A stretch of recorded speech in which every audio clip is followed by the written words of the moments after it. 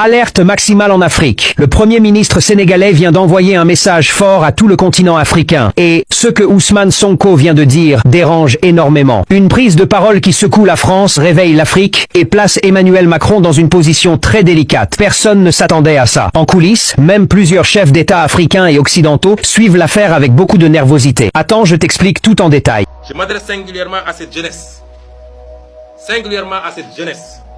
Prise en étau, angoissée par un avenir sans horizon, minée par le chômage et la honte de ne pouvoir se réaliser et aider ses parents, engloutie dans les océans et le désert, à la recherche désespérée d'un hypothétique ailleurs meilleur. Breaking news ce soir en provenance de Dakar. Restez avec nous, ce que nous allons vous révéler dans les prochaines minutes va changer votre compréhension de ce qui se passe en ce moment même au Sénégal et plus largement en Afrique de l'Ouest. Le Sénégal, un pays qui depuis des décennies s'est imposé comme un modèle de stabilité démocratique sur le continent africain. Un pays que les observateurs internationaux citaient en exemple. Un pays dont les alternances politiques se faisaient dans le calme, dans le respect des institutions, dans la dignité.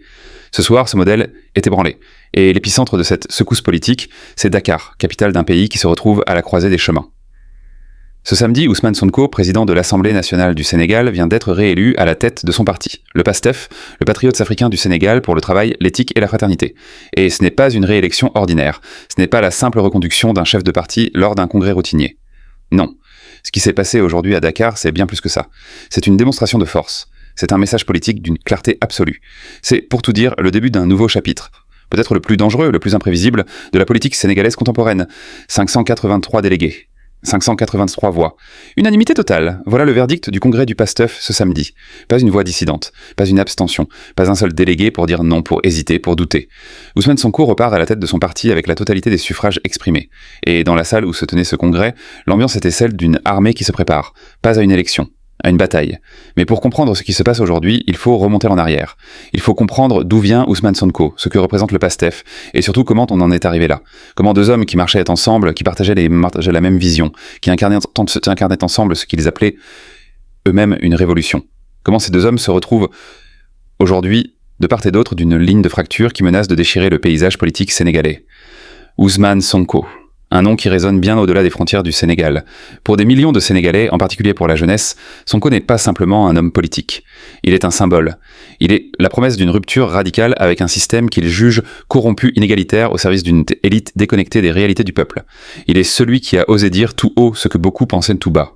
Il est celui qui a bravé les intimidations, les poursuites judiciaires, les tentatives répétées de le faire taire, de l'écarter, de l'éliminer politiquement.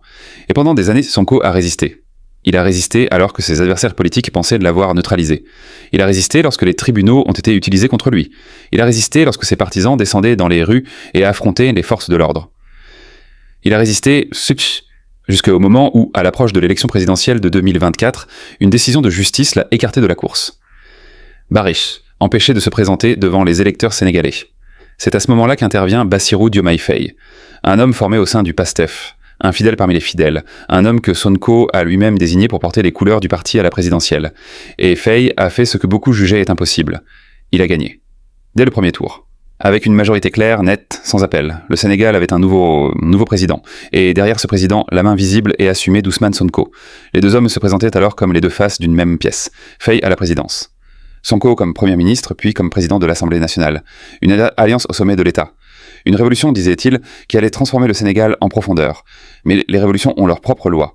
Et l'une de ces lois, c'est qu'elles finissent souvent par dévorer leurs enfants. Personne ne sait encore exactement ce qui s'est passé entre les deux hommes. Les détails précis de leur rupture restent dans l'ombre. Mais les signaux se sont multipliés.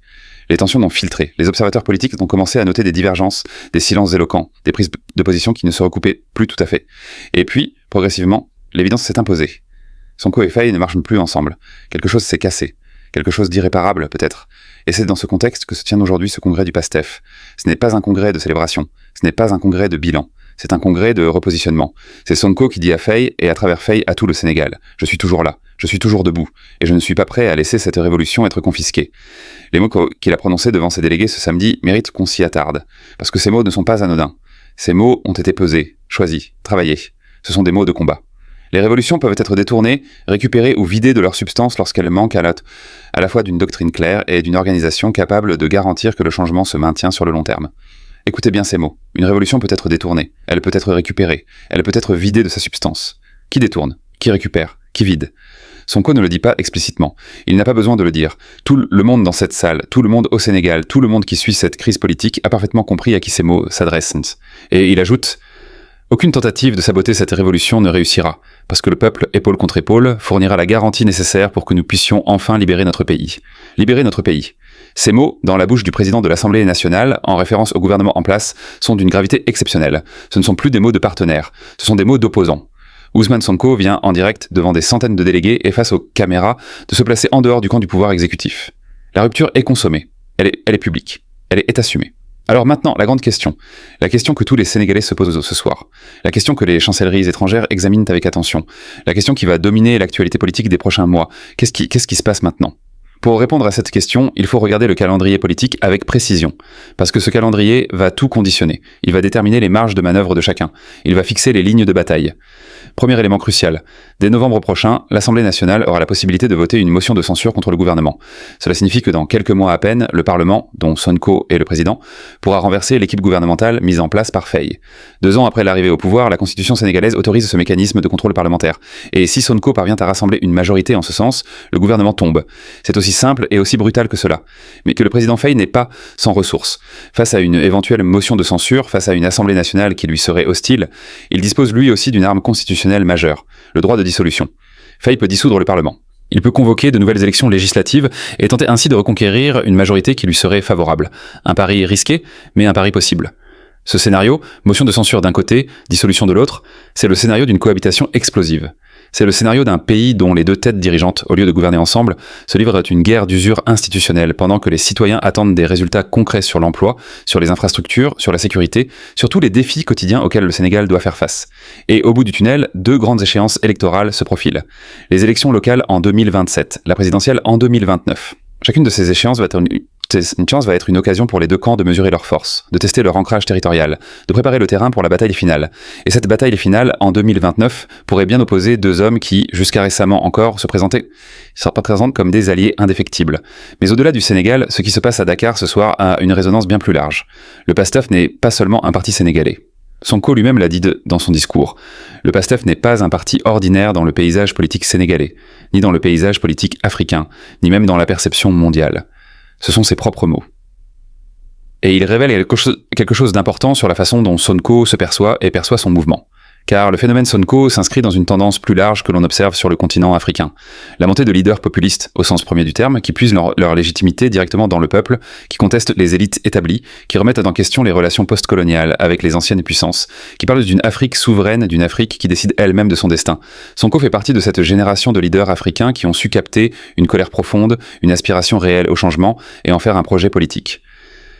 Le problème, et c'est le problème de toutes les révolutions, de tous les mouvements de rupture, c'est le moment où il faut passer des discours à la gouvernance. C'est le moment où il faut transformer la promesse en réalité.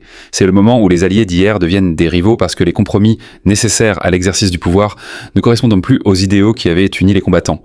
Ce moment, le Sénégal est en train de le vivre, en direct, sous nos yeux.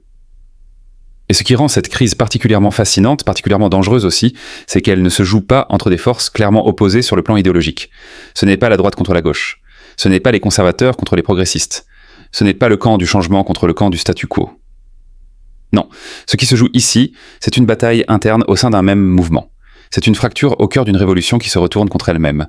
Et ces fractures-là sont les plus déchirantes, les plus déstabilisantes, les plus difficiles à résoudre. Les partisans du PASTEF se retrouvent aujourd'hui dans une position inconfortable. Ils ont soutenu Sonko, ils ont soutenu Faye. Ils ont voté pour ce mouvement, ils ont parfois risqué leur vie pour lui dans les rues. Ils ont cru à cette promesse d'une transformation radicale du Sénégal. Et aujourd'hui, on leur demande de choisir. Ou plutôt, on ne leur demande pas encore, la rupture est encore trop fraîche, trop récente, mais la logique de la confrontation politique va les y contraindre. Il faudra bien, à un moment, choisir son camp. Cette division au sein de la base électorale du PASTEF, c'est peut-être l'enjeu le plus important de cette crise. Parce que si la base reste unie derrière Sonko, Faye se retrouve dans une position extrêmement fragile, privé du soutien populaire qui lui avait permis d'accéder au pouvoir. Mais si la base se divise, si une partie des militants reste loyale au président de la République, alors les 2 camps entrent dans une guerre d'attrition longue, coûteuse, épuisante, pour eux et surtout pour le pays. Il y a une image que l'on retient de ce congrès ce soir, une image forte, symbolique. Ousmane Sonko debout devant ses 583 délégués, recevant leur vote unanime, prenant la parole avec cette assurance tranquille qui a toujours été sa marque de fabrique, et disant « Je suis pleinement conscient du poids de cette responsabilité. Pleinement conscient du poids de cette responsabilité. Il sait ce qu'il fait. Il sait que cette réélection à la tête du PASTEF n'est pas un acte anodin dans le contexte actuel. Il sait que chaque mot qu'il prononce ce soir sera analysé, disséqué, interprété. Il sait que les conséquences de cette journée vont se faire sentir bien au-delà du Congrès lui-même. Et il avance quand même. Les yeux ouverts, la détermination intacte. C'est cela, au fond, qui caractérise Ousmane Sonko depuis le début de son parcours politique. Cette capacité à avancer malgré les obstacles, malgré les coups, malgré les tentatives de le mettre hors jeu. Ses partisans y voient le signe d'un leader indestructible. Ses adversaires y voient l'entêtement d'un homme qui ne sait pas renoncer. La vérité est probablement entre les deux. Alors ce soir, où en sommes-nous ? Le Sénégal se réveille avec deux centres de pouvoir qui se font face. D'un côté, le président Bassirou Diomaye Faye, au palais de la République, avec les attributs de la fonction présidentielle, avec les instruments de l'État entre les mains. De l'autre, Ousmane Sonko, à la tête d'un parti qui vient de démontrer sa cohésion, à la présidence d'une Assemblée nationale qui dispose de prérogatives constitutionnelles importantes, et surtout avec une légitimité populaire que personne ne peut lui contester. Deux hommes, deux légitimités. Une seule révolution. Mais une révolution qui s'interroge désormais sur elle-même, sur ses objectifs, sur ses méthodes, sur ceux qui ont le droit de la porter. Les prochaines semaines vont être déterminantes. Les prochains mois vont dessiner le visage d'un Sénégal qui peut soit traverser cette crise et en sortir renforcé, plus mature politiquement, avec des institutions qui auront prouvé leur solidité, soit s'enfoncer dans une paralysie institutionnelle dont les premières victimes seront, comme toujours, les citoyens ordinaires, qui attendent des routes, des écoles, des hôpitaux, des emplois. Le modèle sénégalais est à l'épreuve. Et le monde regarde. Nous continuerons à suivre cette situation pour vous en direct. Ne bougez pas.